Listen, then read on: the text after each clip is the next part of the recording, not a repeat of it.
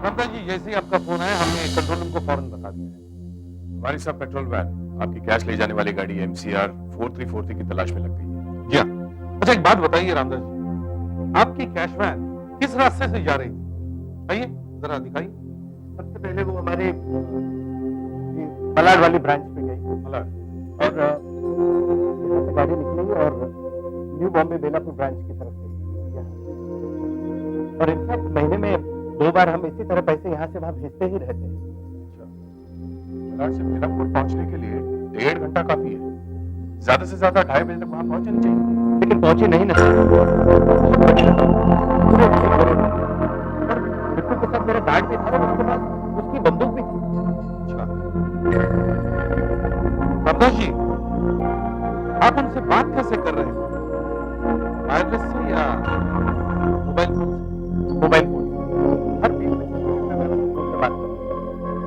1 बजे वो मलाड ब्रांच से निकले और जब मैंने 1:30 बजे बिट्टू से बात की तब पता चला कि वो यहाँ पवे सिग्नल पे 1:30 बजे वो लोग पवे में सिग्नल पर थे। अच्छा, उसके बाद फिर कब बात हुई आपकी? 2 बजे। 2 बजे बिट्टू ने बताया कि वो यहाँ से निकलकर उपेक्षा नगर पहुंच गए, SM रोड सिग्नल की तरफ।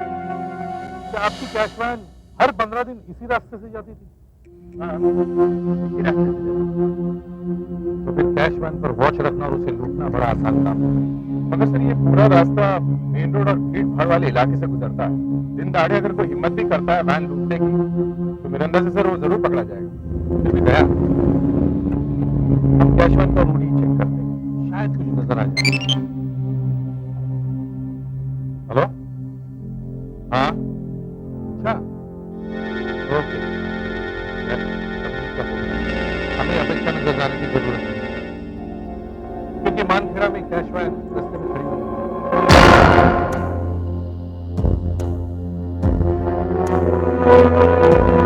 जो नहीं होना चाहिए था ऐसे लूट लिए गए।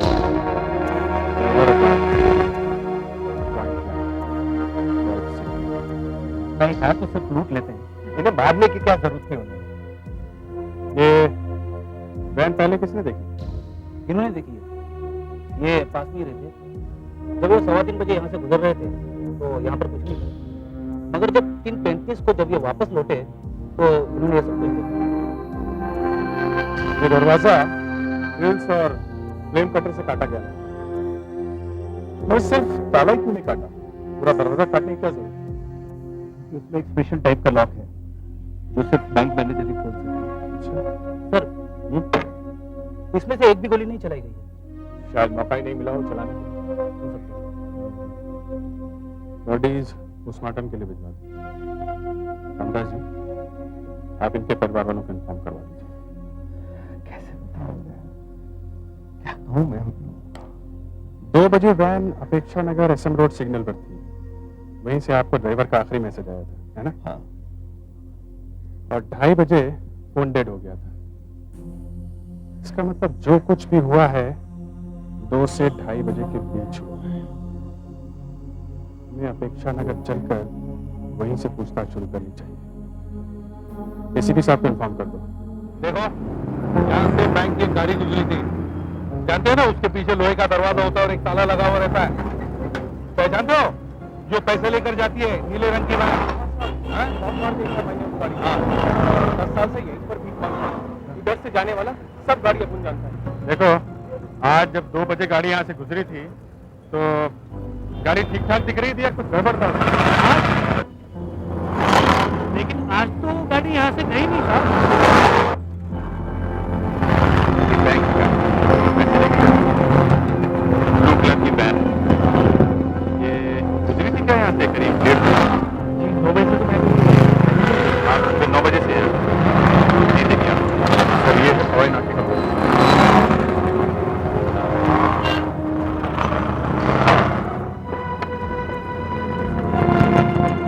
हाँ अभिजीत, तो ये ट्रैफिक कांस्टेबल देवदार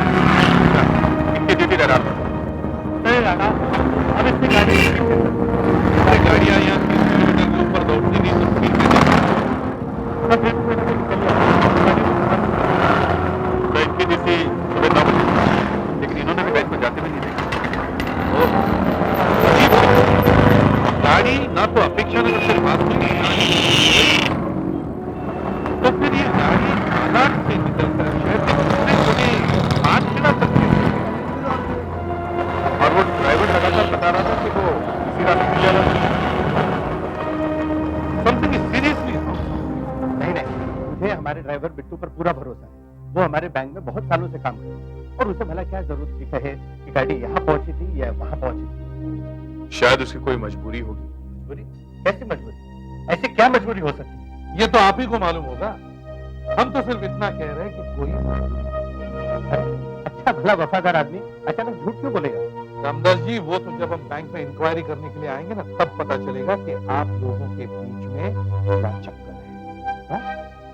आप लोगों के लिए आसान बात है, कोई कंप्लेंट करने आए उसे पकड़ लो। मेरा यहाँ सारा करियर बर्बाद हो गया, मेरी नाक के नीचे से 2.5 करोड़ चले गए और आप कह रहे हैं कि ड्राइवर की कोई मजबूरी होगी। क्या मजबूरी हो सकती है?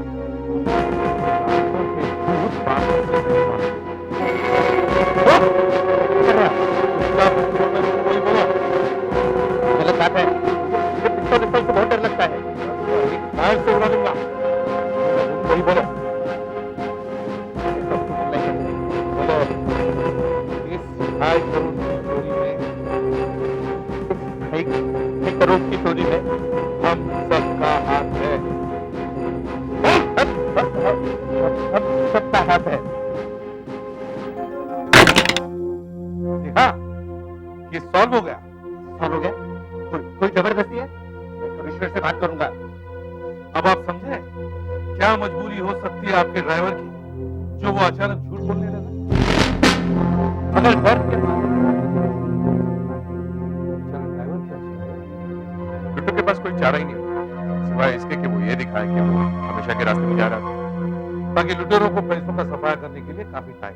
हाँ, सर सलामत तो पकड़ी हजार। रामदास जी, एक बात बताइए, अगर इतनी बड़ी रकम इस गाड़ी से ले जाएगी तो गाड़ी हाँ, इसलिए हम गाड़ी को हर हफ्ते गैराज में भेजते कौन से गैराज में भेजते हैं आप? हैं। हमारे बैंक के नजदीक एक गैराज है, गंगाधर सर, इस गंगाधर को बुलाओ और उसे कहो साथ में गाड़ी के रिपेयर के पेपर। हाँ साहब, मैंने वैन को अच्छी तरह से चेक किया था, गाड़ी अच्छी कंडीशन में थी। गंगाधर, जब वैन तुम्हारे यहाँ से निकली तो क्या तुमने मीटर रीडिंग लिया था? क्या तुम किलोमीटर का रीडिंग लिख कर रखते हो क्या? बिल्कुल साहब, हम माइलेज भी तो चेक करते हैं। अभी 1 मिनट में आपको बताता हूँ।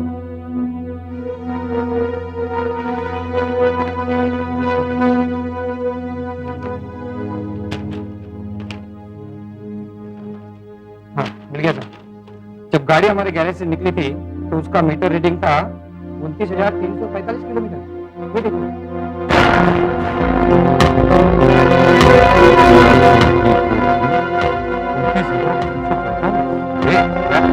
पुलिस हादसा गाड़ी MCR 4343 खड़ी है, वहां सुधाकर से कहो कि वो किलोमीटर की रीडिंग चेक करो और हमें बताएं वो कितना है।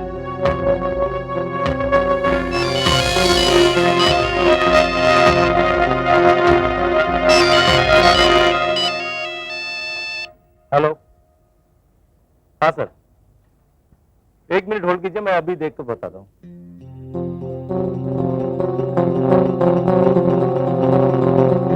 हाँ सर, 29362।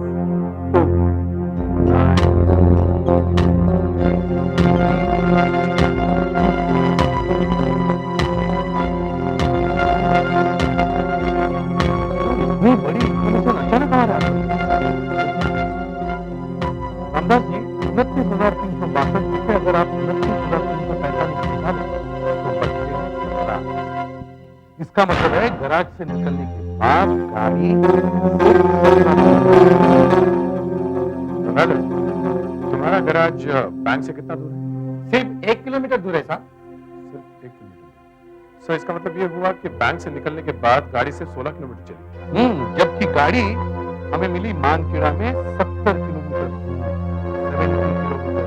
70 किलोमीटर। जबकि गाड़ी का मीटर दिखाता है कि गाड़ी सिर्फ 16 किलोमीटर चली, तो फिर गाड़ी 70 किलोमीटर दूर कैसे पहुंची? चक्कर है सर, ये तो केस और उलझता जा रहा है। नहीं रामदास जी, ये तो बल्कि और भी आसान हो गया है। ये देखो, ये मालाड है जहां आपका बैंक है, और ये मालाड के चारों तरफ 16 किलोमीटर का सर्कल, क्योंकि वैन 16 किलोमीटर चली। मलाड से मानखेड़ा के लिए सिर्फ 2 रास्ते हैं। एक ये यहाँ सीधे, दिगंबर रोड होके मानखेड़ा और दूसरा मलाड से अम्बे मिल कॉलोनी होगा यहाँ। दया, हमें इन दो रास्तों पर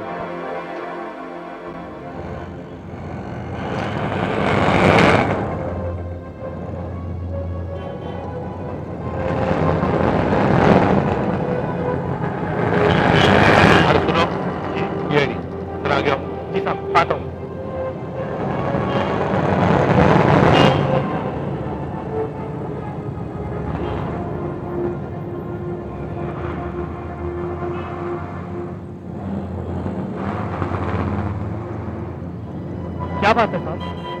ये बताओ, आज तुम यहाँ ड्यूटी पर थे? जी। दोपहर को 1 बजे के बाद यहाँ से एक बैंक की कैश ले जाने वाली वैन देखी। वैन के पीछे की तरफ मेट्रो के दरवाजे बड़े बड़े ताले लगे हुए हैं। गाड़ी का नंबर है MCR 43 और ड्राइवर के साथ एक बंदूक वाला गार्ड भी था। वो गाड़ी तो हर 15 दिन में एक बार यहाँ से गुजरती है। आज गई थी? हाँ साहब, कितने बजे? एक शायद 1:10 फाइनली कोई तो एक आदमी मिला जिसने अपने आप को गाड़ी को देखा था। अच्छा ये बताओ, तुमने ड्राइवर और गार्ड दोनों को देखा? साहब मैंने रसीद फाड़ी थी साहब। दोनों के साथ कोई और भी था क्या? नहीं साहब। कोई बात नहीं। सर, अभिजीत को फोन करके बताओ। वैन को अपने कमरे में अंदर आते हुए देखा। सर, अभिजीत इस प्राइवेट रोड के दूसरे गेट पर वो टोल नाके वाले को पूछता है। चलो वही देखो। सर, आप तो जानती ही हैं ये प्राइवेट रोड इस मिल कॉलोनी के एक सिरे से दूसरे सिरे तक जाती है। काफी छोटी छोटी सड़कें हैं जो कॉलोनी के अंदर जाती है, मगर अंदर आने का और कॉलोनी से बाहर जाने का रास्ता एक ही है। अगर कोई गाड़ी कॉलोनी के गेट से अंदर आती है तो बाहर जाने के रास्ते से ही वो बाहर निकलेगी, या फिर उसे उसी रास्ते से बाहर जाना होगा जहां से अंदर आएगी, और कोई रास्ता है ही नहीं। आज ये इतने सारे पुलिस वाले यहाँ क्यों है?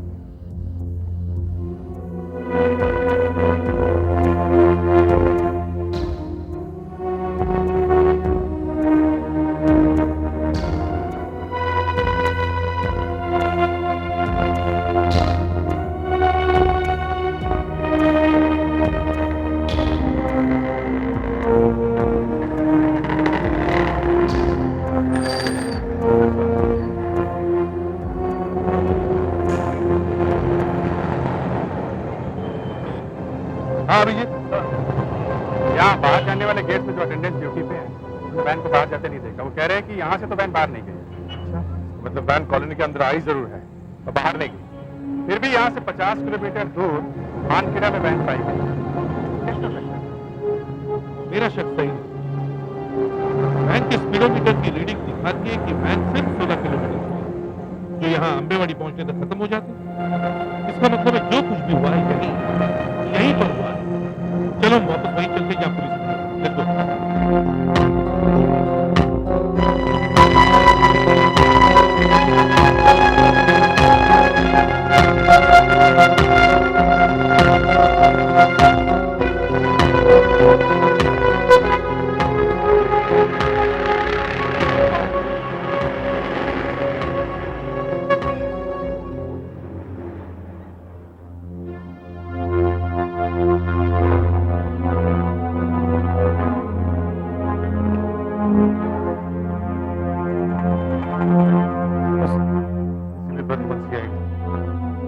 अब यहाँ इतना हेवी बंदोबस्त क्यों है? सर हेल्थ मिनिस्टर और कुछ और नेता यहाँ आने वाले हैं, इसीलिए यहाँ हमेशा की तरह बंदोबस्त किया गया है। यहाँ का ऑफिसर इंचार्ज कौन है? मैं उससे बात करना चाहता हूँ। सब इंस्पेक्टर प्रताप हाँ रोड नंबर 4 पर है। Road number 4।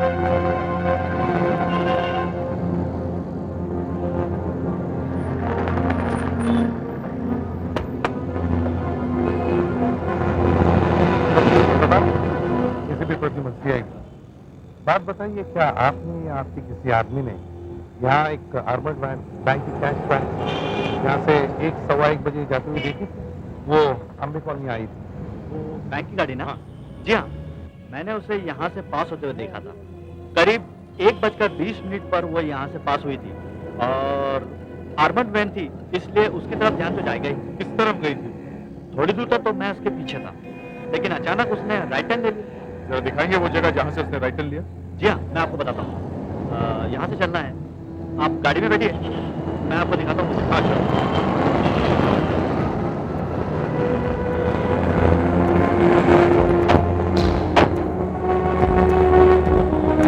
यहाँ से चलते हैं।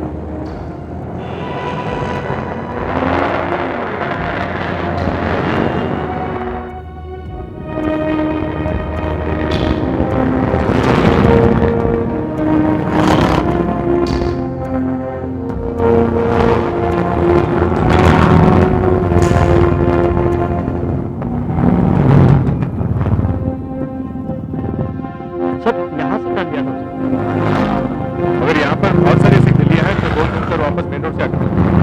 अगर उस ड्राइवर को उसमें से मेन रोड छोड़कर अंदर जाने की क्या जरूरत है? जब वो वैन आपके पास से निकली तो आपको सब कुछ ठीक ठाक लगा? मेरा मतलब है, ऐसा तो नहीं लगा कि कुछ गड़बड़ है?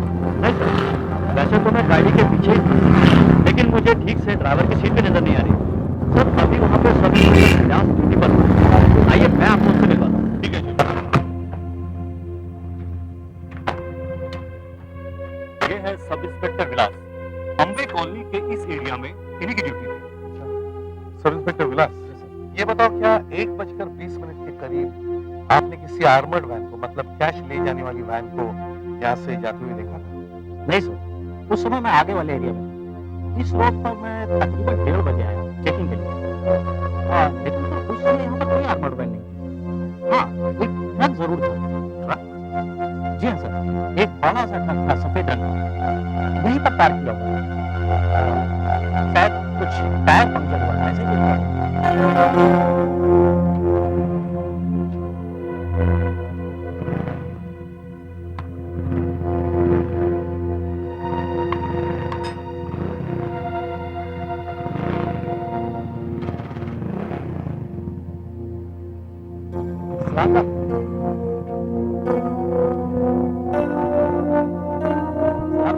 क्या आ रहा है यहाँ? सर टायर पंचर हो गया था, बदली करना था इसीलिए साइड में लगा। गाड़ी कहाँ की? बादल नगर से जामनगर सर। बस आप 5 मिनट में निकल जाएंगे। और ड्राइवर कहाँ है? क्या है ना साहब, जब तक मैं टायर बदली करूँ तो जरा हल्का होने के अभी आ जाएगा साहब 5 मिनट। अच्छा एक काम कर, तो यहाँ से जल्दी काम खत्म करके जल्दी निकल ले। हाँ, यहाँ बहुत गड़बड़ चल रही, जल्दी। छत पर बंधु ब्रदर्स का नाम लिखा था। जी हाँ सर, और जब 10 मिनट बाद मैंने वापस चक्कर मारा तो ट्रक वहां नहीं था।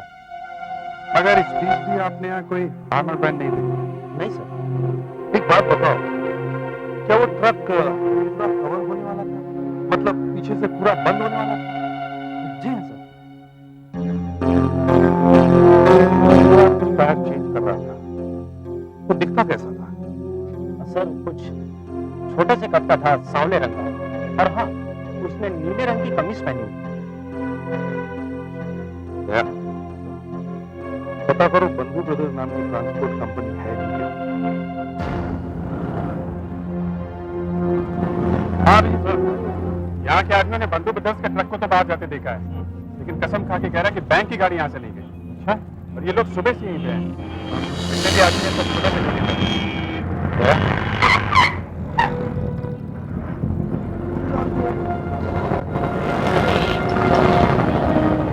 कुछ पता चला? तो मैंने अच्छी तरह से चेक किया, बंधु ब्रदर्स नाम की कोई भी ट्रांसपोर्ट कंपनी है ही नहीं।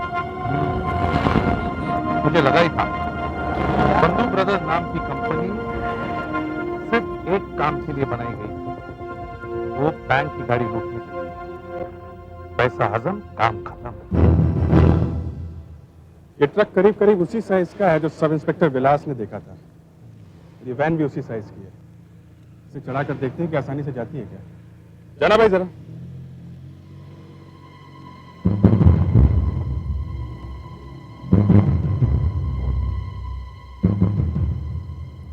यही हुआ है अम्बे मिल कॉलोनी में। वैन को ट्रक में चढ़ा दी गई और ट्रक वैन को मांगखेड़ा तक ले गया, इसलिए हमें वैन वहां मिली। ये काम ऐसे आदमी का है जिसे डेफिनेट पता था कि वैन कब और कहां जाती है कौन जिसने इतना जबरदस्त प्लान बनाया। वैन को फिर से अच्छी तरह चेक करते हैं। इसको काटने के लिए कम से कम 1 घंटा तो लगा होगा साहब।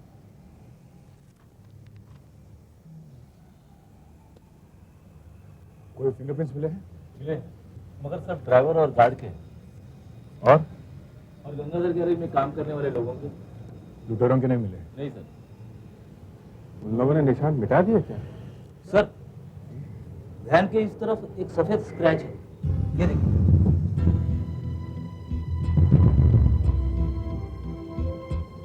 लगता है जब वैन ट्रक में चढ़ा रहे होंगे तो ट्रक की साइड से लगा होगा।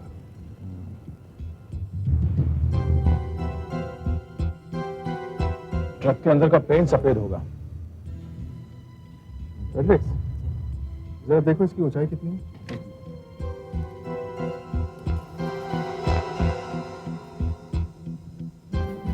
दो फीट।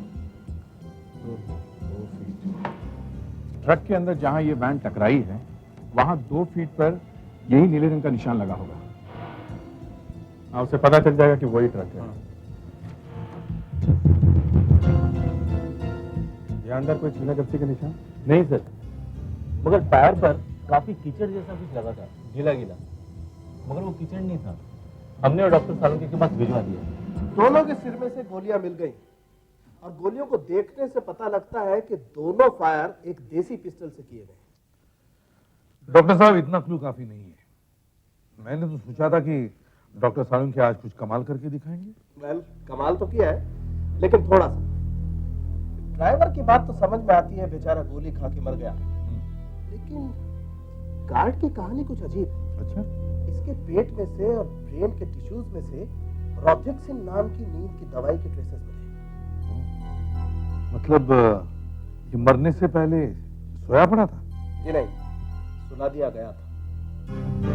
और ये ड्राइवर? ड्राइवर के शरीर में से कोई दवाई नहीं।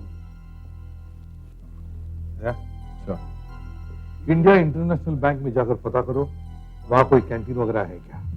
जी साहब, यहाँ का कैंटीन मैं चलाता हूँ।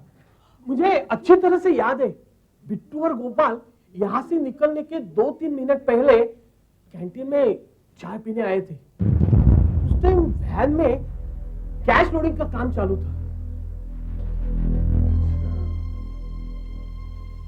उनके साथ कोई तीसरा आदमी भी था क्या? कुछ याद है? और तीसरा तो कोई नहीं था, मगर साहब गोपाल को चाय पीने का बिल्कुल मूड नहीं था। मगर ये बिट्टू ने उसे जबरदस्ती चाय पिलाई और फिर अचानक क्या हुआ मालूम नहीं। गोपाल कहने लगा उसे चाय अच्छी नहीं लग रही है, तो बिट्टू बोला कि या तो चाय में मसाला या इलायची डाली होगी। तुम्हें इतनी सारी बातें कैसे याद है कि गोपाल ने ये कहा, बिट्टू ने ये कहा? वो तो इसलिए साहब कि मैंने तो चाय में मसाला इलायची डाली नहीं थी और गोपाल कहे जा रहा था कि चाय अच्छी नहीं है। मैंने कहा ठीक है भाई, दूसरा कप बना कर देता हूँ। फिर गोपाल ने चाय पी? नहीं साहब, मैं उसे दूसरा कप देने ही वाला था तो बिट्टू ने कहा लोडिंग हो गई, टाइम नहीं है। उसने गोपाल से कहा यही चाय पी, जल्दी कर, चलना है। और फिर वो लोग चले गए। ठीक है, आप अभी जाइए, अगर जरूरत पड़ी तो हम आपको फिर बुला लेंगे। ठीक है साहब। सीन कुछ ऐसा है कि बिट्टू ने गोपाल को 1 बजे के करीब चाय में मिला के कोई नशीली चीज पिलाई और 1:15 बजे गोपाल बेहोश हो गया। मगर साहब, अगर बिट्टू भी उन लुटेरों से मिला हुआ था तो उन लोगों ने उसे भी गोली क्यों मारी? डबल क्रॉस किया गया उसके साथ। ये सारा प्लान में पहले से ही था कि बिट्टू गार्ड को नशीली गोलियां खिलाकर बेहोश करेगा और वैन को अंबे कॉलोनी में ले जाएगा। सर, वहां बहुत सारी गलियां हैं जो दिन में भी सुनसान रहती है, कोई देखेगा भी नहीं। आराम से लूटो जो लूटना है। सर, उनका प्लान ये होगा कि वैन को ट्रक में चढ़ा देंगे, ट्रक बंद करके आराम से वैन को तोड़कर पैसे निकाल लेंगे और फिर वैन को वहीं छोड़कर निकल जाएंगे। और उन्हें काम होने के बाद गार्ड को गोली मारनी थी और बिट्टू को भी थोड़ा सा मारना था ताकि ये न लगे कि वो भी प्लान में शामिल है। मगर इतने सारे पुलिस वाले वहां बंदोबस्त के लिए होंगे ये उन्हें अंदाजा नहीं था। और इसीलिए उन्होंने वहां कुछ तोड़फोड़ नहीं की होगी ताकि किसी को आवाज ना आ जाए। उन्होंने सोचा कि ट्रक को अंबे कॉलोनी से दूर ले जाना चाहिए। ट्रक चलता रहा और ट्रक के अंदर लुटेरों ने वैन के दरवाजे को काट कर खोल दिया और बिट्टू लगातार मैनेजर से झूठ बोल रहा था कि वैन अब यहां पहुंची है और यहां पहुंची है। बिट्टू के घर की तलाशी लो।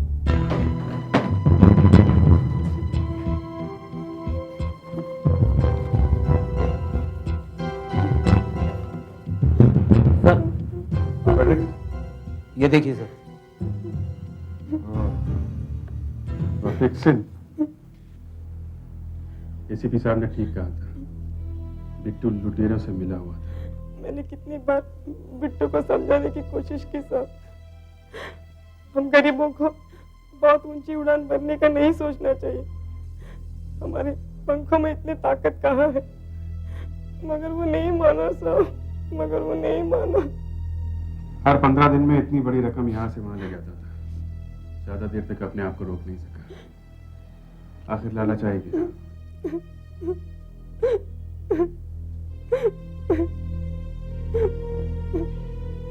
माफ कीजिए, आपके सामने ही ये सब बातें कर रहे थे हम लोग। कोई बात नहीं सर, गलत काम तो किया ही है ना उन्होंने।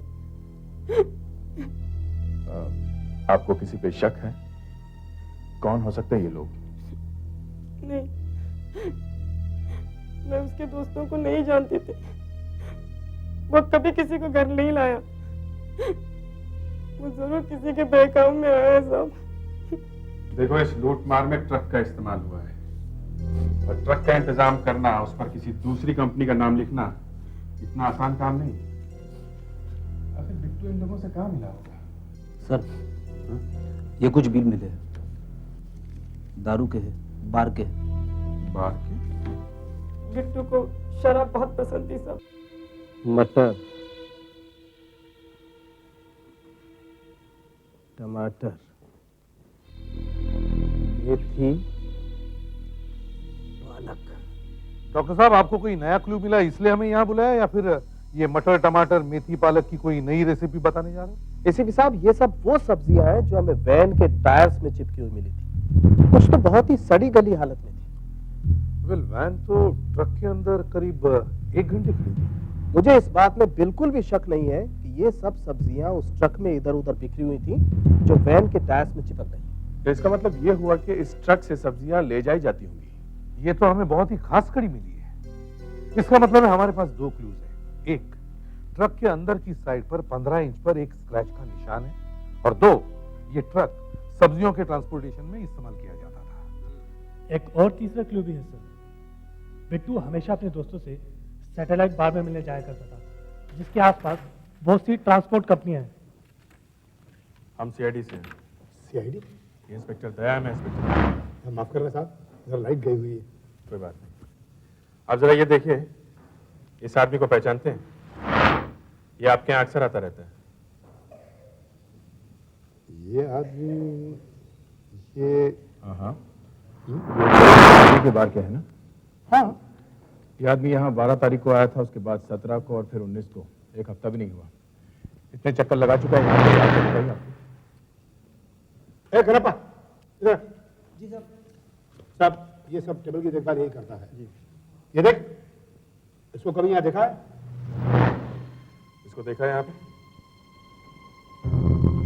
हाँ साहब, ये आदमी 2-3 बार अपनी बार में आ चुका है, लेकिन पिछले कई दिनों से नहीं देखे। अच्छा जी। अच्छा, ये बताओ, इसके साथ यहाँ और कोई भी आता था?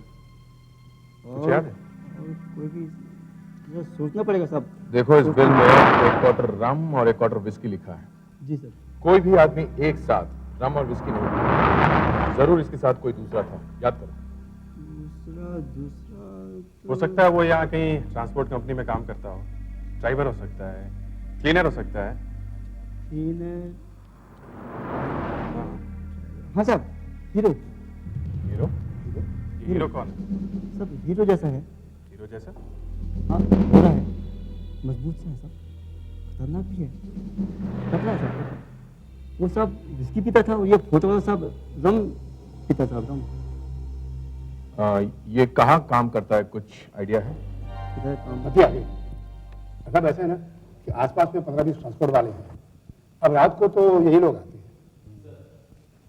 हाँ सुधाकर, हमने इस एरिया की सारी ट्रांसपोर्ट कंपनियां चेक कर ली। इनमें से 2 है जो सब्जियां लाते ले जाते हैं, एक है गजीबो ट्रांसपोर्ट जिनके पास 20 ट्रक है, और दूसरा मोहनलाल कंबाइंड ट्रांसपोर्ट जिनके पास 15 ट्रक है। साहब गजेबो तो इधर पास में ही है। ये मोहनलाल यहाँ से थोड़ी दूरी पे, एक 2 किलोमीटर दूर आड़ी रोड पे है। तुम दोनों गजीबों में जाओ, मैं और दया मोहनलाल के यहाँ जाते हैं।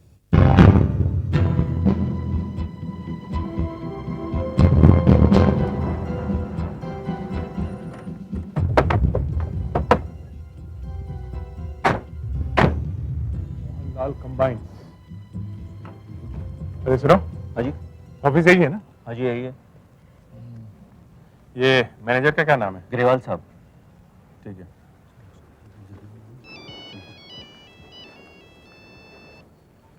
हाँ सुधाकर। हाँ क्या हुआ? अच्छा, गजीबों में हीरो जैसा कोई नहीं है। ठीक है, हम लोग भी बस मोहनलाल पहुंचे ही हैं। ठीक है, मैं अंदर देखता हूँ, तब तक मैं बाहर चेक करता हूँ। ठीक।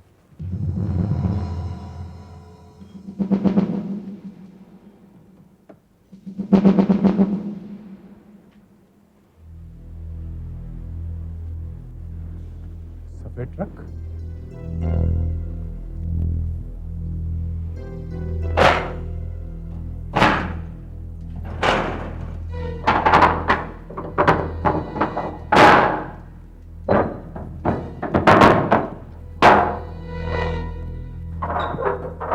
साहब ये क्या कर रहे हैं आप?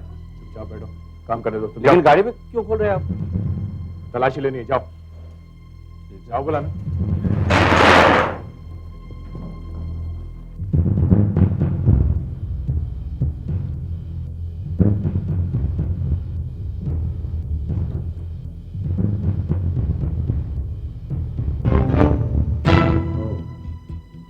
नीले रंग का निशान।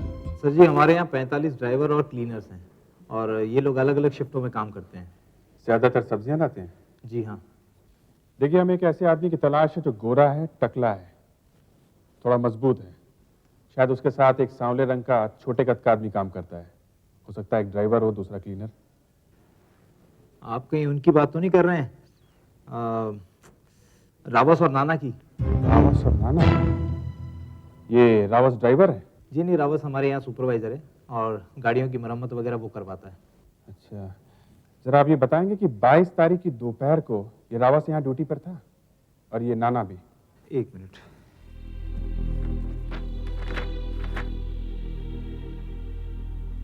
हाँ, 20 को तो रावस था यहाँ। 21 को भी था।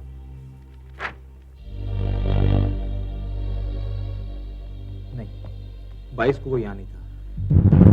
अच्छा। हाँ। गैराज। हाँ। 22 को रावस गैराज गया हुआ था एक ट्रक की मरम्मत करवाने। और ये नाना? नाना नहीं, वो उस दिन छुट्टी पे था, उसकी तबीयत ठीक नहीं थी। आप जरा गैराज वाले को फोन करके पता करेंगे कि रावस उस दिन वहां गया था या नहीं? लो जी, अभी पता कर लेते हैं।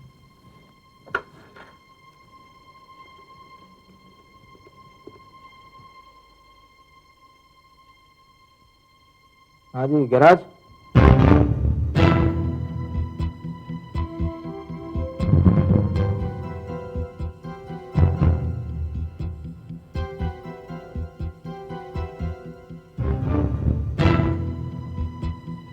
देखा, तलाशी ले रहा है। यही ट्रक है? अच्छा, डोंट टेल मी। हाँ बॉस, ये वही ट्रक है। वहां अंदर 2 फीट पे नीले रंग का निशान है? ग्रेट। अच्छा, उसका नाम रावस है। जिस दिन डकैती हुई थी वे ट्रक लेके गैरेज में गया था। अजी काहे का गैरेज? वो बंदा तो गैरेज गया ही नहीं। और तो और वो तो नौकरी वोकरी छोड़ के अपने गांव जा रहा है। कह रहा था कि उसके पिताजी की तबीयत ठीक नहीं है। पिताजी की तबीयत तो एक बहाना है। वो सही मौके के इंतजार में था कि कब वो यहाँ से भाग निकले 2.5 करोड़ के साथ। 2.5 करोड़? मेरा ही ट्रक मिला था ले जाने के लिए। अच्छा ग्रेवाल साहब, आप ये बताओ कि ये दोनों मिलेंगे कहाँ? ये लोग यहाँ से गए हैं भाजी लाने और कल सुबह मिलेंगे मार्केट में 7 बजे। ट्रक का नंबर क्या है? TWT 2331 2331। TWT क्या था? TWT 2331। TWT 2331।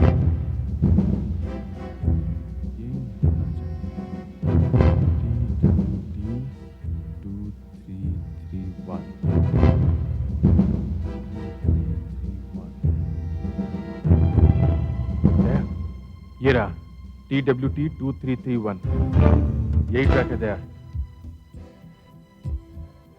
ये जो खड़े हुए हैं ना, पीछे लेना आहिस्ता से, पीछे पीछे,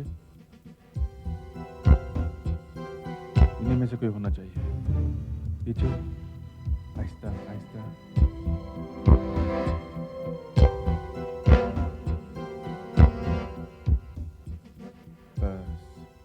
दया, ये मजबूत दिख रहा है, टकला है, यही होना चाहिए, रावस। और दूसरा नाना है, ठीक है? 1 2 3।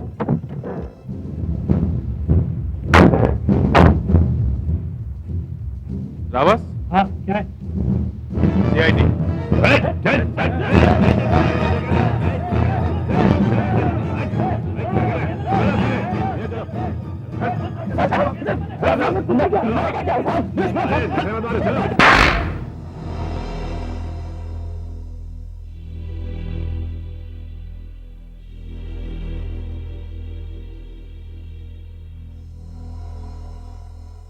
रावस, हमें पैसे तो मिल गए और ट्रक भी, लेकिन 2 जानें चली गई। तुम बिट्टू ड्राइवर से पहली बार कैसे मिले?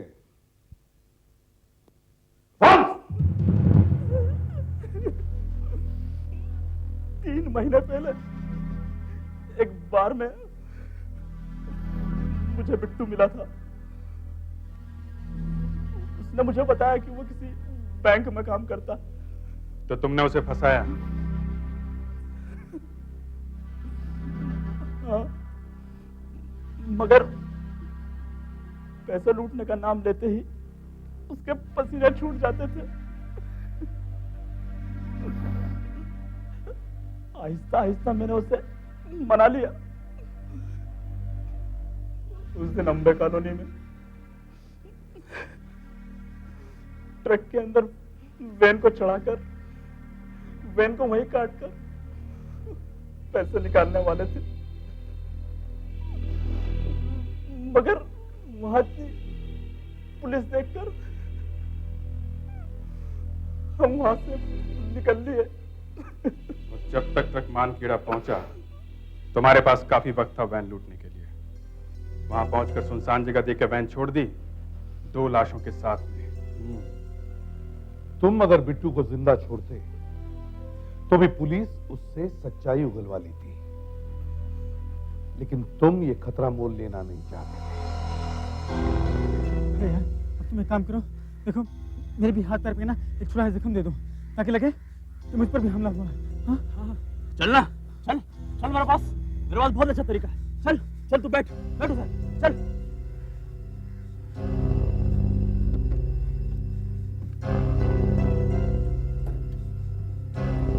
अच्छा चल, अब जल्दी से मेरे हाथ पैर पे कुछ जख्म कर दे। अरे गन से नहीं यार, अरे लग जाएगी यार। देख, नहीं हुआ था, देख ऐसी कोई बात नहीं हुई थी। देख, अरे मर जाऊंगा मेरे भाई। अरे मगर मर के भी बिट्टू सच बोल गया। उसके पेट में जहर नहीं था और गार्ड के पेट में था। मतलब बिट्टू तुम्हारे साथ मिला हुआ था। ना चाहते हुए भी तुमने हर गुनहगार की तरह एक सबूत पीछे छोड़। एक बात बताइए, आपको ये कैसे मालूम कि वो डेक्कन क्वीन से आने वाले थे? उन्होंने पुणे से ही बुकिंग करवाई थी। मगर वो उस ट्रेन में बैठे या नहीं, ये नहीं मालूम आपको? ये तो नहीं पता। उनके पास मोबाइल फोन है? हाँ है, लेकिन बंद है, कोई उठा ही नहीं रहा है। अच्छा, आपने पुणे पुलिस में रिपोर्ट लिखवाई है? हाँ लिखवाई है, लेकिन अभी तक कुछ पता नहीं चला। वैसे आप करती क्या? सर ये एक डॉक्टर है, हम दोनों कॉलेज में साथ में ही पढ़ते थे। आपके पति मुंबई में ठहरे कहाँ थे?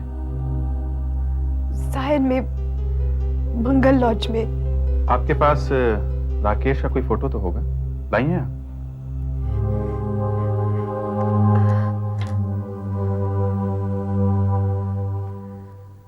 हाँ, ये साहब ठहरे थे हमारे पास। 5 तारीख को आए थे, 2 दिन रहे और 7 तारीख को चले गए। 7 तारीख को चले गए। 7 तारीख को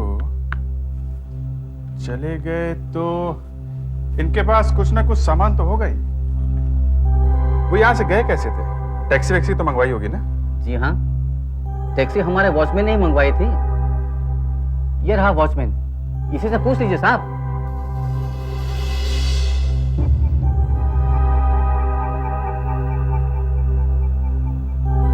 ये आदमी 7 तारीख को यहां से गया था, इसके लिए टैक्सी तुम्ही ने मंगाई थी ना? हाँ साहब, टैक्सी मैंने ही बुलाई थी। तुम उस टैक्सी ड्राइवर को पहचानते हो? हाँ सर, पहचानता हूँ ना। वो ड्राइवर अपनी टैक्सी हमेशा इसी लॉज के सामने तो लगाता है। वो क्या है कि भाड़ा अच्छा मिल जाता है ना साहब। कितने बजे आता है वो यहाँ? वैसे तो सुबह सुबह ही आता है, पर ये 2-3 दिन से दिखाई नहीं दिया। शायद बीमार हो गया होगा।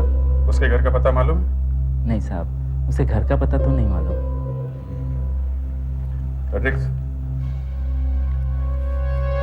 तुम टैक्सी यूनियन के ऑफिस में जाओ और उस ड्राइवर के बारे में पता करो। Yes sir. हम सीएसटी जाते हैं। रिजर्वेशन ऑफिस में जाकर डेक्कन क्वीन ट्रेन का रिजर्वेशन चार्ट निकलवाना पड़ेगा 7 तारीख को। मुझे नहीं लगता वो लोग हमें आसानी से चार्ट दिखाएंगे, पेपर वर्क बहुत होता है। वैसे मायूस मत हो, दया अभी तो अंदर घुसे भी नहीं है। फिर भी रिजर्वेशन चार्ट ट्रेन के साथ पुणे जाता है, फिर वापस आता है। एक कॉपी यहाँ भी तो रहती है ऑफिस में। चलो।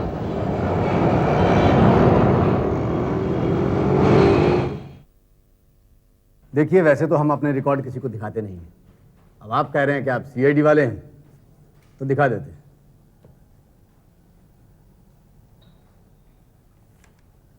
ये देखिए, ये है डेक्कन क्वीन का 7 तारीख का चार्ट। इसके मुताबिक राकेश कुमार की सीट का नंबर था CH14। ये 15 और 16 पे कौन है? 15 पे है कोई मिस अनीता और 16 पे है कोई मिस्टर मुरली। आपके पास इन दोनों का एड्रेस तो होगा? एड्रेस? हाँ। सर, एड्रेस तो रिजर्वेशन स्लिप पर जो पैसेंजर भर के देते हैं वही होता है। वो आपको बाहर रिजर्वेशन काउंटर पर मिल जाएगा। अच्छा, ठीक है। ये 16 नंबर वाला मुरली तो अभी तक पुणे में ही है। और अनीता जो 15 नंबर सीट पे थी वो कहाँ है? वो पुणे से वापस आ गई है, हमने उसे बुलवा लिया है। आती ही होगी। ये आ भी गई है, लगता है। फिर जाइए।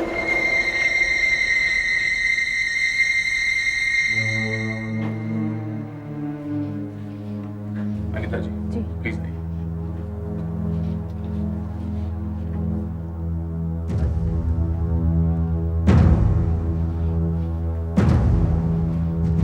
अनीता जी। जी। आइए बैठे। Thank you. माफ कीजिएगा आपको यहाँ आना पड़ा। क्या लेंगे आप, चाय, कॉफी? जी कुछ नहीं, मगर बात क्या है सर? दरअसल एक इन्वेस्टिगेशन चल रहा है। एक आदमी गायब हो गया है। जी हाँ, उसी के बारे में पूछताछ चल रही है। आप ये बताइए कि 7 तारीख को आप डेक्कन क्वीन से पुणे गई थी? जी हाँ, क्यों? हमें बस ये जानना था कि उस दिन आपके डिब्बे में ये आदमी आपके साथ था 14 नंबर सीट पर? जी नहीं, ऐसा कोई आदमी नहीं था। आपको अच्छी तरह याद है? जी हाँ, मेरे इस तरफ एक 30-35 साल का आदमी बैठा हुआ था, लेकिन वो ये नहीं था। और इस तरफ, हाँ याद आया, 14 नंबर सीट पर एक बुढ़ा आदमी बैठा हुआ था। आपको पक्का याद है? जी हाँ, क्योंकि वो ट्रेन चलने के काफी समय के बाद सीट पर आकर बैठा था और पूरे रास्ते वो सोता रहा और उसका सर जो है बार बार मेरे कंधे से टकराता था, इसलिए मुझे बहुत गुस्सा आ रहा था, तो इसलिए मुझे याद है सर। इसका मतलब राकेश उस ट्रेन से पुणे गया ही नहीं। रिजर्वेशन चार्ट पर राकेश का नाम लिखा हुआ है और सीट पर बैठा कोई और। ये अजीब बात है। चलो अच्छा हुआ, कम से कम अनीता तो मिल गई। अगर वो बुड्ढा अनीता के कंधे पे बार बार नहीं सोता तो उसे याद भी नहीं रहता। ये जज बड़ा अजीब आदमी है। उसने बताया क्यों नहीं कि राकेश की जगह कोई और बैठा था सीट पर? देखिए, किसी भी ट्रेन के स्टेशन से छूटने के आधा घंटा बाद भी अगर कोई सीट खाली रहती है तो वो हम किसी दूसरे पैसेंजर को दे देते हैं, चाहे किसी के नाम पे बेलॉट हो। अब नहीं आया पैसेंजर तो हम क्या करेंगे? इतने लोग खड़े होकर जा रहे हैं, सीट किसी और के काम आ जाती है। अगर आप सीट किसी और को देते हैं तो रिकॉर्ड तो होता होगा ना? बिल्कुल, रिकॉर्ड मेंटेन करते हैं उसका। उसको बकायदा चालान फाड़ के दिया जाता है, फिर चालान बुक ऑफिस में जमा करवा दी जाती है। अच्छा जरा देखिए, 7 तारीख को डेक्कन क्वीन का चालान आपके पास है क्या? 7 तारीख, एक मिनट।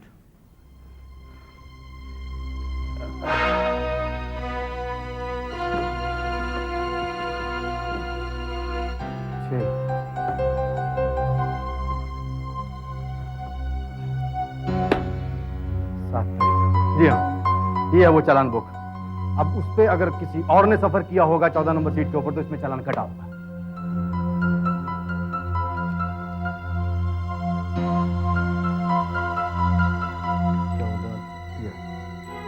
ये 14 नंबर सीट का तो चालान कटा हुआ और इस पे सफर किया है किसी बद्री प्रसाद ने। राकेश इस ट्रेन से पूना गया ही नहीं, पर लॉस से तो वो स्टेशन की तरफ ही निकला था और उसे यही ट्रेन पकड़नी थी, तो फिर बैठा क्यों नहीं इस ट्रेन में? लगता है लॉज और स्टेशन के रास्ते के बीच में कुछ हुआ है। उस टैक्सी ड्राइवर का मिलना बहुत जरूरी है जो राकेश को लेकर यहाँ आया था। उसे सब मालूम होगा कि क्या हुआ है। कहीं उसी ने तो कुछ गड़बड़ नहीं की? राकेश के मोबाइल फोन से पता चल सकता है कि उसने मुंबई में किस किस से बात की थी। सर, हमने मोबाइल कंपनी के कंप्यूटर से राकेश के मोबाइल नंबर की लिस्ट निकाल ली है। इसमें वो सारे नंबर्स हैं जिस पर राकेश ने फोन किए और जो फोन उसे आए। Very good. तो क्या पता चला? सर, राकेश ने कुछ फोन तो अपने घर में ही किए थे, पुणे में। अच्छा, और सर, राकेश ने मुंबई में 3 अलग अलग नंबर्स पर फोन किए थे। 3? किसके नंबर है ये? किस किस को फोन किया? सर, ये तीनों नंबर राकेश के दोस्तों के हैं। मैंने उनसे पूछताछ भी कर ली है। उन सबका यही कहना है कि राकेश ने उनसे पैसे उधार मांगने के लिए फोन किया था। उधार मांगने के लिए? हाँ सर। कितने पैसे उधार मांगे थे राकेश ने? 10 लाख रुपए सर। 10 लाख? ये 10 लाख रुपए उसे क्यों चाहिए थे? सर, ये तो राकेश ने उन्हें नहीं बताया था, लेकिन वो सब एक बात कह रहे थे कि राकेश बहुत घबराया हुआ लग रहा था। उसकी आवाज बड़ी डरी हुई सी आ रही थी। फिर किसी ने उसे ये पैसे दिए? नहीं सर।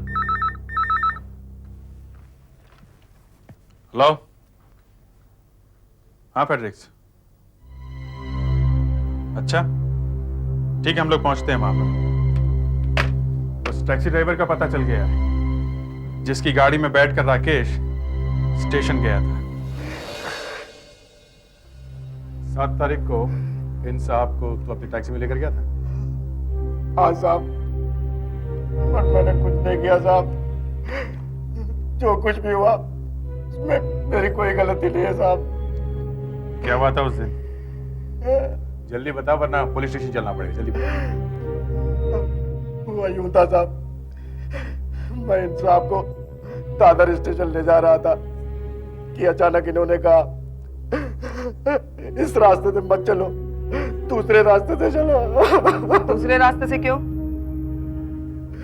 पता नहीं मेम साहब, मैंने इनसे कहा भी कि ये छोटा रास्ता है, इससे जल्दी पहुंच जाएंगे, और ये अपनी बात पर अड़े रहे और बहुत घबराए हुए से लग रहे थे। बार बार पीछे मुड़कर देख रहे थे। पीछे मुड़कर? कोई पीछे कर रहा था क्या? ऐसा कुछ दिखा तो नहीं साहब, पर अचानक साहब। अचानक क्या? अचानक एक गाड़ी बड़ी तेजी से पीछे से आई और मेरी टैक्सी के आगे आकर खड़ी हो गई।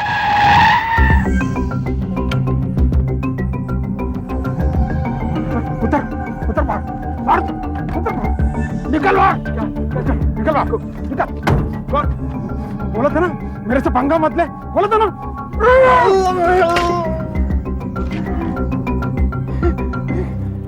ए ड्राइवर, तेरा नंबर मैंने नोट कर लिया है। जरा सी भी इधर उधर बातचीत करने की कोशिश की तो तुझे शमशान पहुंचा दूंगा, देखा ना? चल।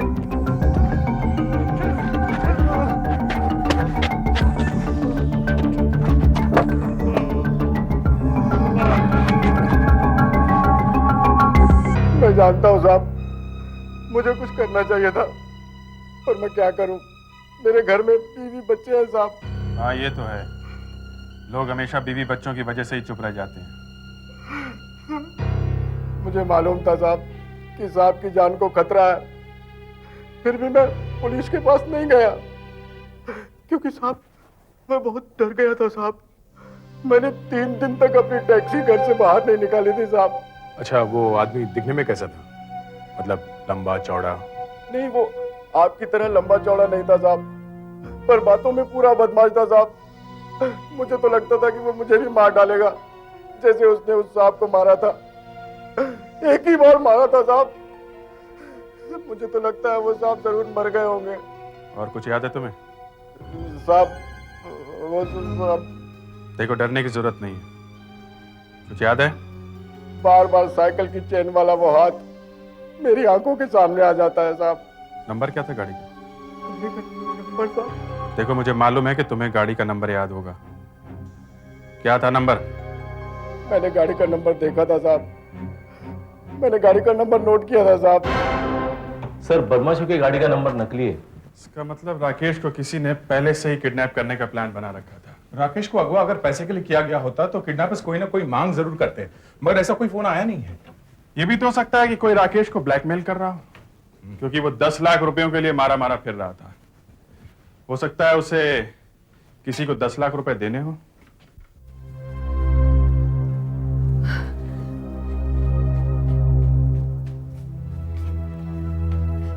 राकेश का कुछ पता चला? देखिए, हमारा अंदाजा है कि किसी ने राकेश को किडनैप कर लिया है। किडनैप? मुझे लगता है कि राकेश पैसों के लिए मुंबई आया था। उसने 2 दिन में अपने 3 दोस्तों को पैसों के लिए फोन किया, और कोई मामूली रकम भी नहीं थी। 10 लाख रुपयों की जरूरत थी उसे। 10 लाख? 10 लाख रुपए तो हमने कभी एक साथ देखे ही नहीं है। 10 लाख तो बहुत होते हैं। देखिए, बुरा ना मानिए तो एक बात पूछूं, राकेश को कोई बुरी आदत तो नहीं थी, जैसे जुआ वगैरह? सर, ये तो बिल्कुल गलत बात है। जो आदमी लापता है उसी पर आप शक कर रहे हैं। हम उन पर शक नहीं कर रहे हैं, हम ये जानने की कोशिश कर रहे हैं कि राकेश को 10 लाख रुपयों की जरूरत क्यों थी। उन्होंने आपको कभी इसके बारे में कुछ बताया नहीं? जी नहीं, कभी नहीं। हाँ, उनका एक दोस्त है जैब, जो बार बार फोन कर रहा था। राकेश उसका फोन नहीं ले रहा था। कहीं हो सकता है उन दोनों के बीच कोई लेन देन की बात हो। ये जय पूना में ही रहता है? हाँ। अगर आपको एतराज ना हो तो हम पूना जाकर जय से मिलना चाहते हैं। हो सकता है इस सब के पीछे उसी का कोई हाथ हो। ठीक है, तुम और सुधाकर पूना चले जाओ और मुझे इन्फॉर्म करते रहना। फेडरिक्स, तुम सारी मोडस ऑपरेंडी की फाइल्स निकालो और चेक करो कि साइकिल की चेन इस्तेमाल करने वाले गुंडों की कोई इंफॉर्मेशन है क्या। Yes sir.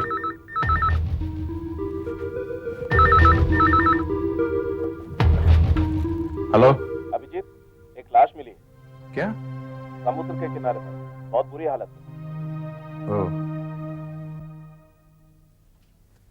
मुझे लगता है कि लाश कम से कम 3 दिन तक पानी में पड़ी रही, इसीलिए इतनी बुरी तरह से सड़ गई। उस टैक्सी ड्राइवर ने बताया था कि उस गुंडे ने बहुत जोर से मारा था राकेश के सिर पर। इसके सिर में चोट के निशान है? हाँ, स्कल में फ्रैक्चर है। आप लोग कहना क्या चाहते हैं? ये मेरा राकेश है। मेरा राकेश मर नहीं सकता। मैं बॉडी देखना चाहती, मैं पहचान लूंगी। मैडम, बॉडी पूरी तरह से गल चुकी है, आप मत देखिए प्लीज। नहीं, मैं बॉडी देखना चाहती हूँ। ये मेरा पति है तो मुझे देखने का पूरा हक है। हक है ना? हाँ हाँ है, लेकिन बॉडी की हालत बहुत खराब है। मत देखिए, मुझे देखने दीजिए, मैं पहचान लूंगी। मत देखिए प्लीज। नहीं, ये मेरा राकेश नहीं हो सकता। नहीं हो सकता मेरा राकेश। इसकी हालत इतनी बुरी नहीं हो सकती। रेशमा, तो अच्छी बात है ना अगर ये तुम्हारा राकेश नहीं है तो। हाँ, हमें हमारा काम करने दो प्लीज। रिलैक्स। डॉक्टर साहब, वो सामान कहाँ है जो इनके साथ में मिला था? हाँ, ये रहा। ये मोबाइल फोन।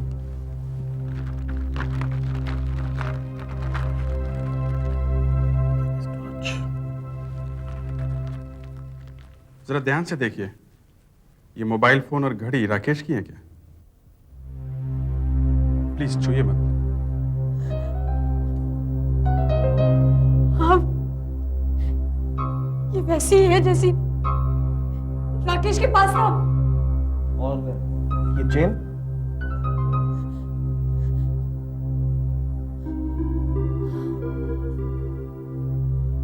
ये भी वैसी है, लेकिन ये जरूरी नहीं है कि राकेश की ये चीजें हैं, और लोगों के पास भी ऐसी चीजें हो सकती हैं। ये फोन, ये घड़ी। देखिए, हम पूरी छानबीन करेंगे। हम इनके फिंगरप्रिंट्स लेंगे, इनके दांतों का रिकॉर्ड देखेंगे। तब तक हम भी नहीं मानेंगे कि ये राकेश है। जैसे राकेश की उंगलियों के निशान के लिए तो हमें पुणे जाना पड़ेगा। राकेश के दोस्त जय से पूछताछ करने के लिए पुणे जा ही रहा हूँ। वहां राकेश के घर से कोई ऐसी चीज ले आता हूँ जिस पर से उसके उंगलियों के निशान मिल सके। आपके घर में कोई होगा इस वक्त? हाँ, मेरा देवर। वैसे आपके देवर का नाम क्या है?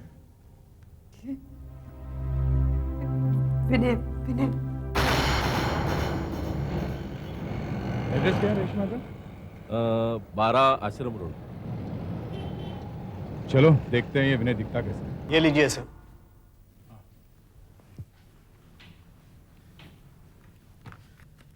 सर, उसने एक बार उसके एक दांत का रूट कैनल करवाया था। अच्छा। शायद तभी ये एक्सरे निकाला होगा। राकेश अक्सर इस्तेमाल करता हो ऐसी कोई चीज है घर में, जैसे ब्रीफकेस वगैरह?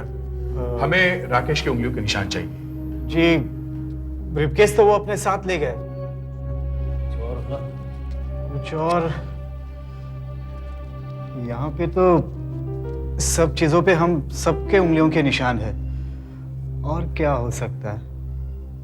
हाँ हाँ सर, राकेश सोने से पहले कभी कभी पाइप पिया करता था। अगर आपको चाहिए तो मैं वो पाइप लाके दूं। इस पाइप से मुझे एक अच्छा प्रिंट मिला, एकदम साफ, अंगूठे का है। अब इस लाश के अंगूठे का भी प्रिंट निकाल कर देखते हैं, दोनों मैच करते हैं या नहीं। देखो, घबराना नहीं, मैं तो लाश देखता ही रहता हूं। अब इसे कांच की प्लेट पे रख के इसका फोटो निकालते हैं।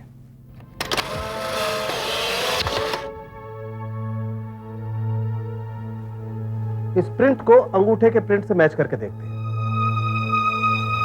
ये देखो अभिजीत, ये वो निशान है जो हमें पाइप पर से मिले। ये आइलैंड देख रहे हो, और ये वो निशान है जो अभी हमने लाश पर से लिए।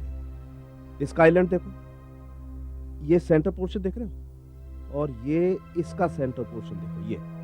ये दोनों निशान एक ही आदमी के हैं, राकेश के।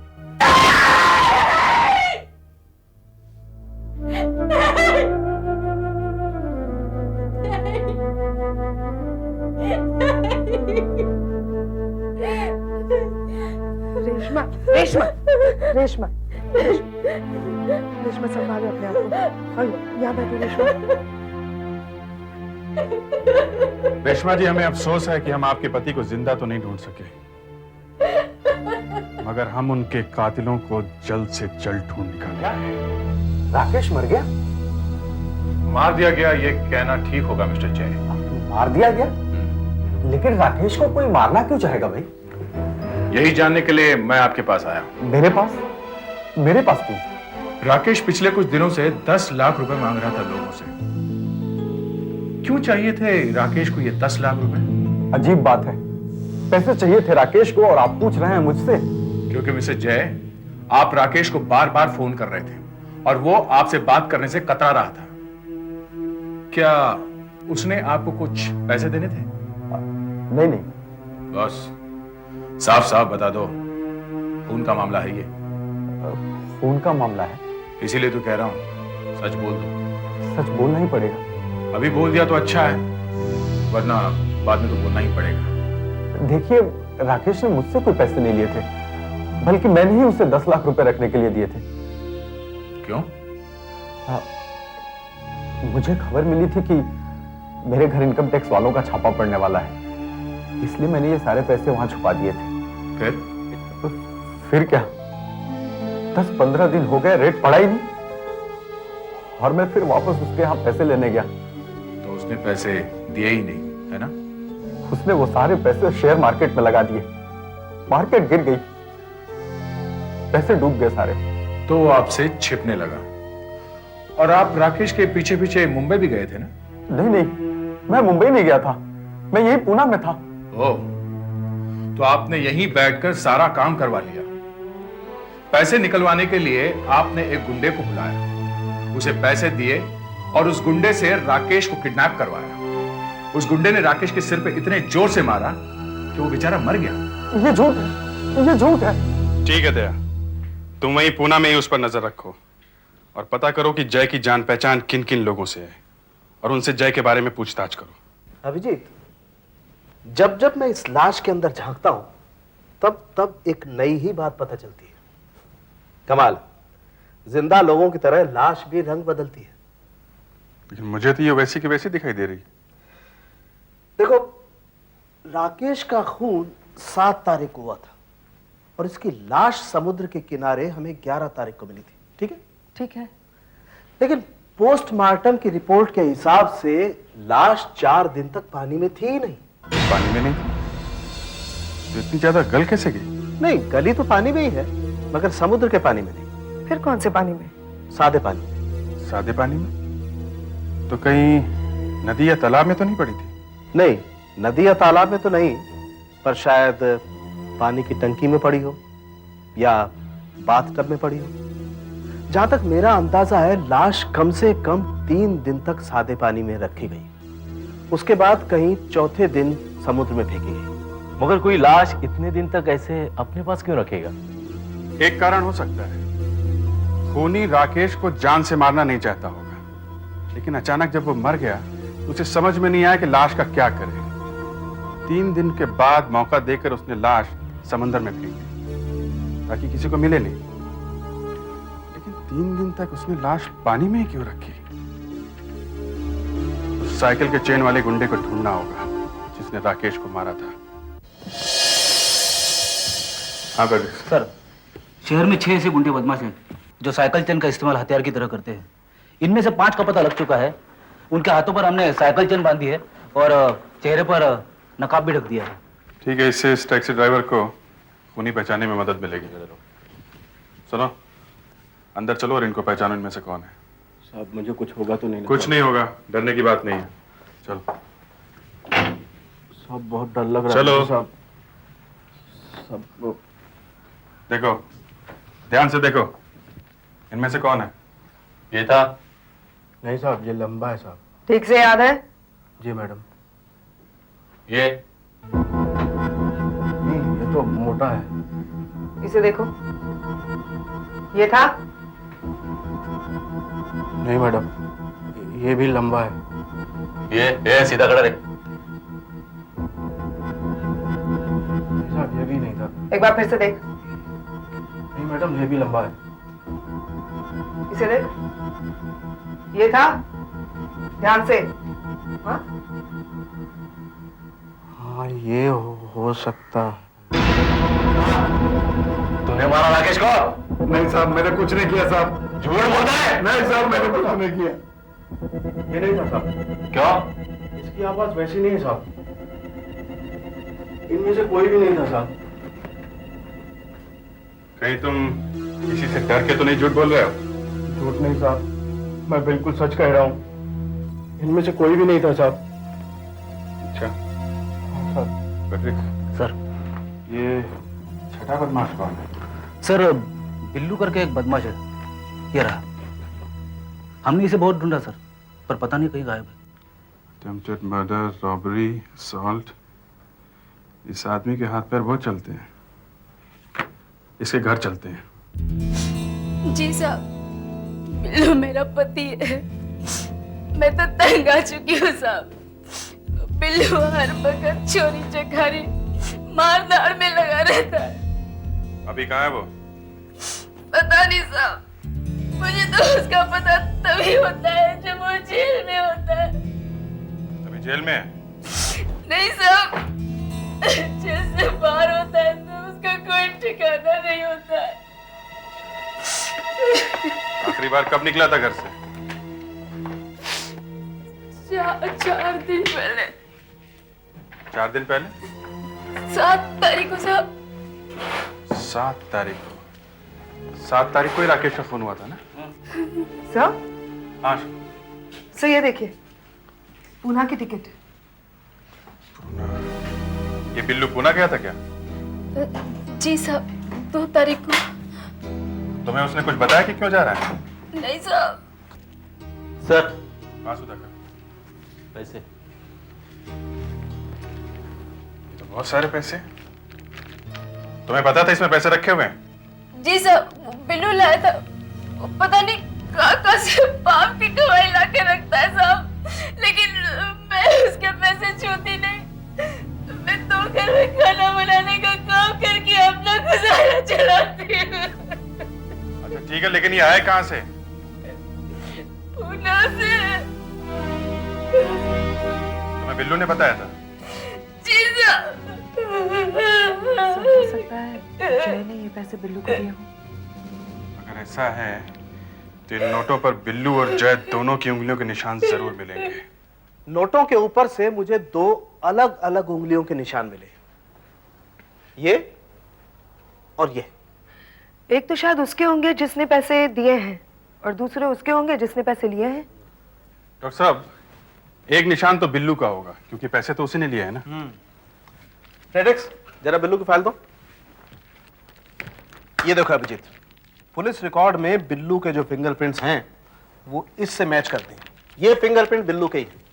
इसका मतलब इसे ढूंढना होगा, ये पता लगाना होगा कि बिल्लू को पैसे दिए किसने। बिल्लू ने खून उसी के कहने पे किया होगा। इस बिल्लू को जल्दी से जल्दी ढूंढो और दया को पूना में फोन करो, उनसे कहो कि जय और उसके जितने भी यार दोस्त हैं उन सब की उंगली के निशान लेके यहां भेजें। उन्हें इससे मिलाना है। देखिए, मैं एक इज्जतदार बिजनेसमैन हूं, मेरा स्टाफ क्या सोचेगा मेरे बारे में? आपको कोई हक नहीं बनता मेरे साथ इस तरह पेश आने का। मैं कौन सा जबरदस्ती कर रहा हूं आपके साथ? मैं आपसे सिर्फ इतना कह रहा हूं कि आप मुझे अपने फिंगरप्रिंट्स दे दीजिए, बस। मैं पहले अपने वकील से बात करना चाहता हूं। जरूर कीजिए, मगर इस वक्त शायद आपको वो भी यही सलाह देंगे कि आप अपने फिंगरप्रिंट्स दे दीजिए और सीआईडी की मदद कीजिए। अगर आप एक शरीफ आदमी हैं तो डर क्यों रहे? दे दीजिए फिंगरप्रिंट्स। डर कहाँ रहा हूं? चलिए हाथ आगे कीजिए।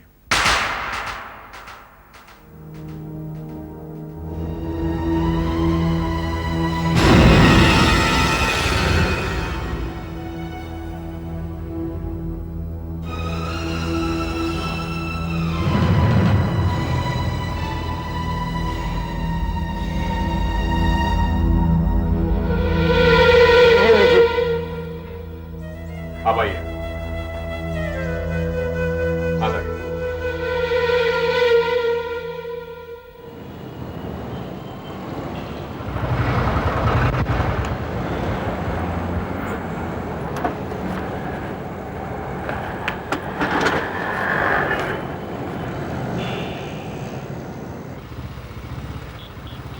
हे फॅक्स करायचं. हे आताचे प्रिंट हो, आयुष्यात पहिल्यांदाच बघतोय. आता बघा. कुठे करायचं आहे? सीआयडी मुंबई. सीआयडी? पुण्यात काही गडबड आहे का? पूना में दया ने इतनी मेहनत की, जय और उसके साथियों के फिंगरप्रिंट्स लिए, लेकिन कोई फायदा नहीं। क्यों डॉक्टर साहब? इसलिए अभिजीत के एक भी फिंगरप्रिंट इस अनजान फिंगरप्रिंट से मेल नहीं खाता है। मतलब नए सिरे से ढूंढना पड़ेगा कि पूना में बिल्लू को किसने पैसे दिए थे राकेश को मारने के लिए। नहीं, उसके लिए ज्यादा दूर जाने की जरूरत नहीं, मैं यही बता दूंगा। आपको मालूम है? तो दया से इतनी मेहनत कराने की क्या जरूरत है डॉक्टर साहब? अभिजीत, मुझे खुद को अभी अभी पता चला। सब कुछ मेरी आंखों के आगे रखा हुआ था, लेकिन मुझे दिखाई नहीं दे रहा था। बेवकूफ। संभाल के डॉक्टर साहब, वहां बाल बहुत कम है। हाँ ठीक है, कम हियर। देखो, हमें 2 तरह के फिंगरप्रिंट्स मिले थे, बराबर? बराबर है। एक तो ये बिल्लू का, और दूसरा ये एक अनजान आदमी का, राइट? राइट। अब इस अनजान आदमी के फिंगरप्रिंट्स को तो तुम भूल ही जाओ, इसकी बात करो, इस प्रिंट की। लेकिन सर, आप भी तो कह रहे थे कि ये प्रिंट बिल्लू का है। कह रहा था आशा, अब नहीं। क्या मतलब? मतलब ये अभिजीत कि ये फिंगरप्रिंट ये राकेश का है। राकेश का? हाँ, राकेश का। एक बात बोलिए सर, या राकेश या बिल्लू, एक निशान दो आदमी के कैसे हो सकते हैं? हो सकते हैं नहीं सुधाकर, है। हाँ, मतलब बिल्लू ही राकेश है या राकेश बिल्लू है? भगवान जाने। भगवान जाने नहीं डॉक्टर साहब, पुलिस रिकॉर्ड में बिल्लू के उंगलियों के निशान हैं जो पुलिस स्टेशन में ही लिए गए, और आपने कहा ये निशान उससे मैच करते हैं। करेक्ट? करेक्ट। मतलब ये बिल्लू हुआ ना? मगर अभिजीत, पूना में राकेश के घर से दया ने जो पाइप हमें भेजा था, उस पर जिन उंगलियों के निशान थे वो भी तो इससे मैच करते हैं। लेकिन सब पाइप वाले उंगलियों के निशान लाश की उंगलियों के निशान से भी तो मिलते हैं। हाँ, और आप ही ने तो फोटो खींची थी ना उसकी। हाँ, खींची थी। इसका मतलब है राकेश मर चुका है। हाँ? और बिल्लू भी मर चुका है। हाँ? ओह गॉड, व्हाट अ कंफ्यूजन। नहीं नहीं, कोई कंफ्यूजन नहीं। मैं बताता हूं ये सब क्या है। जरा दया को फोन लगाता हूं।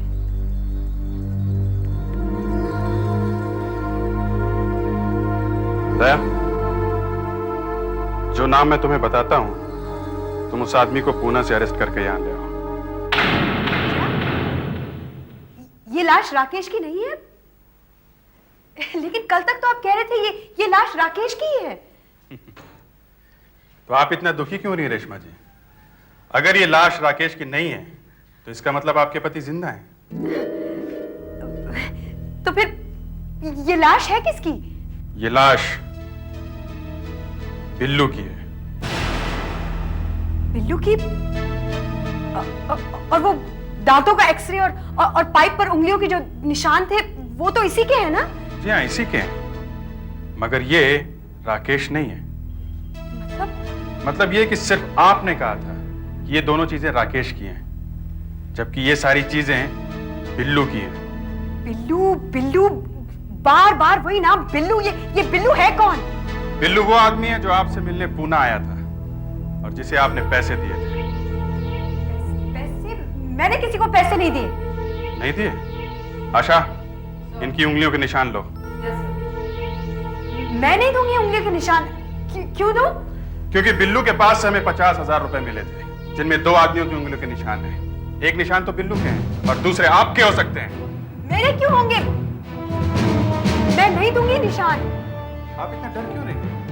अगर आपने पैसे नहीं दिए तो आपके निशान नोटों पर उड़कर थोड़ी ना आ जाएंगे। कम ऑन रेशमा, दो ना निशान please. Asha, come on please. जल्दी करिए प्लीज।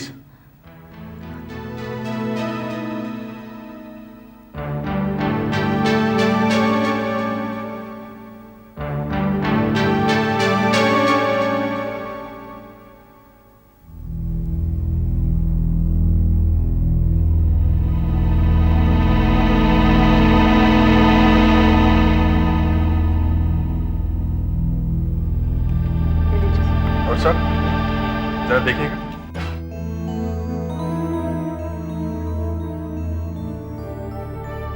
अभिजीत, नोटों पर इन्हीं की उंगलियों के निशान है। अब बताइए रेशमा जी, आप तो कह रही थे कि आपने पैसे नहीं दिए। राकेश ने जय को 10 लाख रुपए देने हैं, पैसे उसके पास है नहीं, क्या करें? अपने आप को मरवा लिया। इंश्योरेंस से पैसे मिल जाएंगे। क्यों रेशमा जी, ठीक कह रहा हूं ना?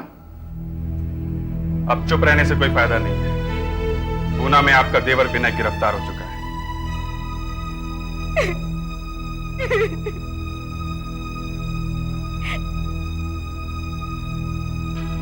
मैंने राकेश को कहा भी था कि वो कोई ऐसा काम न करे जिसमें पुलिस आ जाए, लेकिन उसने मेरी बात नहीं मानी।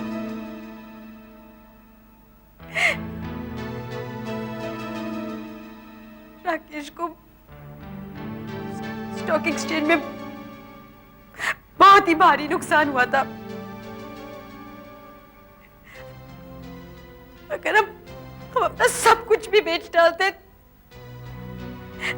तो भी पूरा नहीं होता।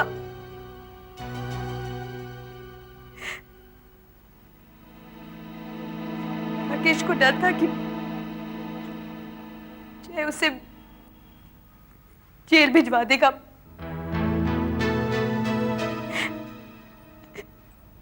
तो इसीलिए हमने ये प्लान बनाया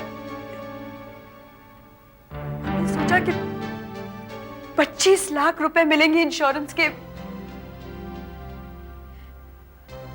और हम पूना छोड़कर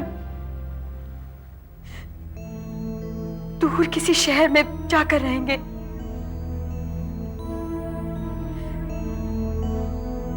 तो हमने बिल्लू को बुलाया और कहा कि वो किडनैपिंग करे।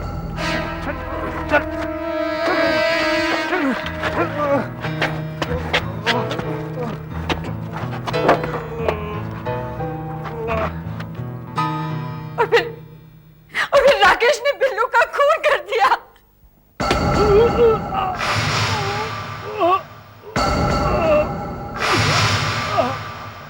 हमने बिल्लू की लाश 3 दिन तक बाथटब में रखी।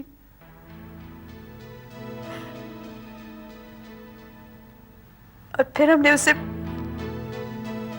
समुद्र में फेंक दिया। फिर लाश को राकेश के कपड़े पहना दिए, राकेश की चेन, मोबाइल और घड़ी उसके पास रख दिया।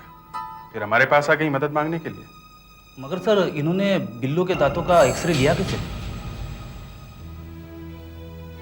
मैं हॉस्पिटल से पोर्टेबल एक्सरे मशीन लेकर आई थी। बिल्लू को नींद की गोली देकर हमने उसे बेहोश कर दिया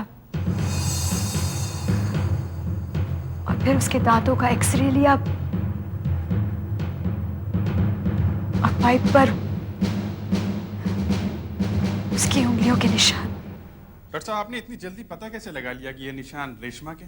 मैं तो क्या अभिजीत, कोई माई का लाल इतनी जल्दी पता नहीं लगा सकता है। वो तो मैंने ऐसे ही कह दिया था ताकि इनके पांव के नीचे से जमीन खिसक जाए। देखो खिसक गई जमीन। अब आप ये बताइए रेशमा जी कि दरअसल आपके पति हैं कहां?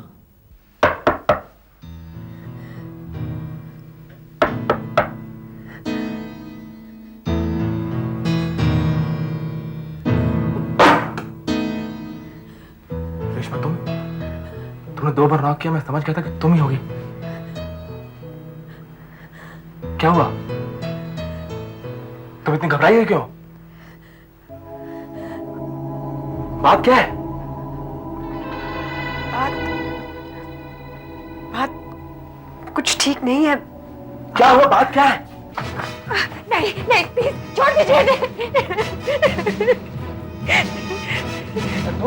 तुम्हारा प्लान अच्छा था राकेश, मगर कामयाब नहीं हुआ।